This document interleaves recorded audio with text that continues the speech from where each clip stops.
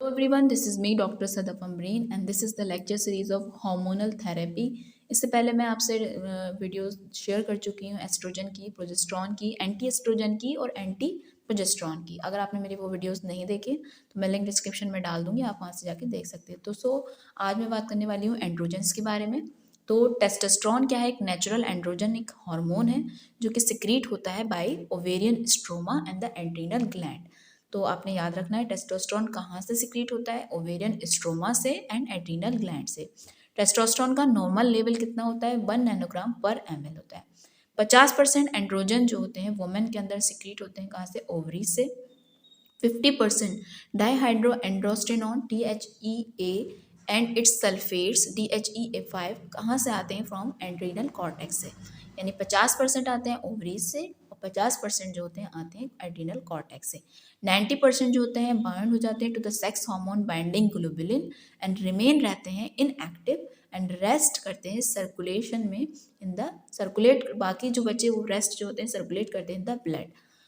A target tissue is converted into, जो target tissue है वो कन्वर्ट हो जाता है डाईहाइड्रोटेस्टोस्टेरोन में which is biologically active and cause acne hirsutism in excess.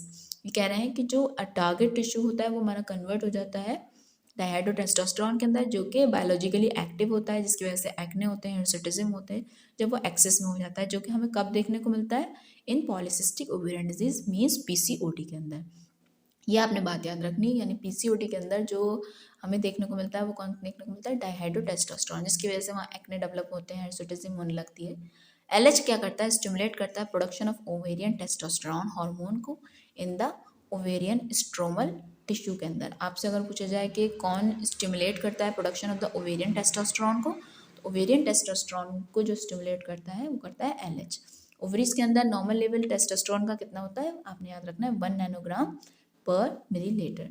अब देखते हैं एंड्रोजन्स का यूजेस क्या होते हैं। एंड्रोजन का इस्तेमाल किया जाता है एंडोमेट्राइटिस में इस्तेमाल किया जाता है। डेनोजोल जो होता है इफेक्टिवली ज़्यादा इस्तेमाल की जाती है। मेल इनफर्टिलिटी में इस्तेमाल किया जाता है जब ओलिगोस्पर्मिया होता है, ठीक है। लिबिडो अगर कम होती है, डिक्रीज लिबिडो में इस्तेमाल करते हैं कितना? 100 मिलीग्राम इम्प्लांट दिए जाते हैं फॉर 6 मंथ के लिए इन द मेनोपॉजल वुमेन के अंदर। अब भाई इसको इस्तेमाल करने से कोई ना कोई साइड इफ़ेक्ट्स भी होंगे, जैसे कि वायरलाइजेशन होगी और हिर्सुटिज्म होती है। तो ये साइड इफ़ेक्ट्स हुए एंड्रोजन्स इस्तेमाल करने के। नेक्स्ट देखते हैं हम कि डेनाजोल के बारे में पढ़ते हैं। डेनाजोल क्या है? एक mild androgenic anabolic progestational in action होती है। अब से आपको याद रखना है कि डेनाजोल क्या होती है? थोड़ी सी माइल्ड एंड्रोजेनिक होती है, एनाबॉलिक होती है, प्रोजेस्टेशनल होती है अपने एक्शन में, ठीक है। इसका काम कैसे करती है? काम करने का तरीका क्या है? ये डिक्रीज करती है गोनाडोट्रोपिक सिक्रीशन को फ्रॉम द पिट्यूटरी से। ये डायरेक्टली एक्ट करती है एंडोथेलियम पे जाके और कॉज करती है एट्रोफी, किसके जरिए? By the displacing estrogen receptor in the endometrium के अंदर। ये क्या करती है? डायरेक्टली सप्रेस करती है action on the pituitary gland and also reduce करती है एस्ट्रोजन का, प्रोजेस्टेरोन का सिक्रीशन। डायनाजोल क्या होते हैं? इनका मोड ऑफ एक्शन क्या होता है? गैनोडोट्रोपिक सिक्रीशन को पिट्यूटरी से कम कर देते हैं। कैसे डायरेक्टली एक्ट करती है? एंडोमेट्रियम में वहाँ पे एट्रोफी कॉज करती है, डिस्प्लेस करके एस्ट्रोजन रिसेप्टर को, जो कि एंडोमेट्रियम में प्रेजेंट होते हैं। इनडायरेक्टली सप्रेस करती है action of the pituitary gland को और रिड्यूस करती है secretion of oestrogen and progesterone को। By reducing the sex hormone binding globulin, ये फ्री बाउंड टेस्टोस्टेरोन को सर्कुलेशन में रिलीज करती है। अब ये डेनाजोल किस में इस्तेमाल किया जाता है? इस्तेमाल किया जाता है एंडोमेट्रियोसिस के अंदर प्राइमरी ट्रीटमेंट के तौर पे एंड फॉलोइंग सर्जरी के बाद किया जाता है, किस लिए? टू इरेडिकेट करने के लिए रेजिडुअल ट्यूमर को and prevent recurrence. Oral dose इसकी होती है डेनाजोल की 400 से लेकर 800 milligram daily. Dysfunctional uterine bleeding में भी इस्तेमाल किया जाता है। Trans cervical resection of the endometrium in DUB में किया जाता है। डोज दी जाती है जब इसकी 200 milligram daily for 4 to 6 week. Cyclical mastalgia में इस्तेमाल किया जाता है 100 मिलीग्राम BD। फाइब्रोसिस्टिक डिजीज में इस्तेमाल किया जाता है, गायनेकोमेस्टिया में और फाइब्रॉइड्स में इस्तेमाल किया जाता है।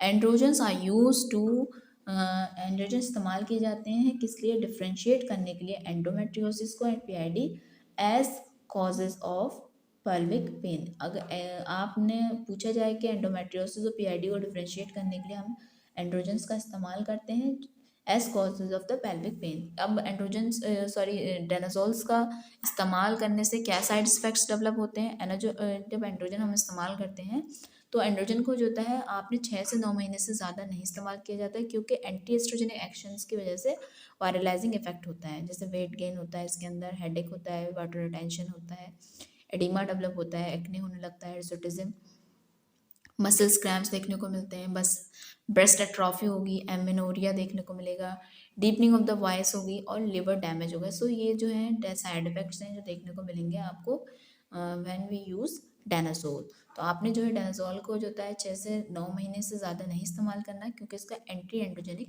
एक्शन है। गैस्ट्रिनॉन क्या है? गैस्ट्रिनॉन जो होता है एक एंटी एंड्रोजेनिक है and anti oestrogenic, anti progesterone और एंटी पिट्यूटरी। गैस्ट्रो गैस्ट्रिनॉन क्या होता है? ये एक एंटी एंड्रोजेनिक है, ठीक है, एंड्रोजेनिक है सॉरी, और एंटी एस्ट्रोजेनिक, एंटी प्रोजेस्टेरॉन और एंटी पिट्यूटरी होता है। इसका डोज इस्तेमाल कितना किया जाता है? 2.5 से 5 मिलीग्राम दिया जाता है बीडी वीकली। विल इंड्यूस करता है amenorrhoea in 85% of the cases of DUB। इसकी वजाइनल टैबलेट्स भी आती हैं जो 2.5 मिलीग्राम की अप्लाइड की जाती हैं वीकली। सो आज मैंने आपसे डिस्कस किया एंड्रोजन्स, और इसमें भी डेनोजोल और गैस्ट्रिनॉन की बात की आपसे मैंने। अगर आपको मेरा वीडियो अच्छा लगा तो मेरे वीडियो को लाइक करें, मेरे चैनल को सब्सक्राइब करें। फिर मिलते हैं आपसे नेक्स्ट वीडियो के अंदर। जब तक के लिए thank you so much for watching my video. Thank you so much.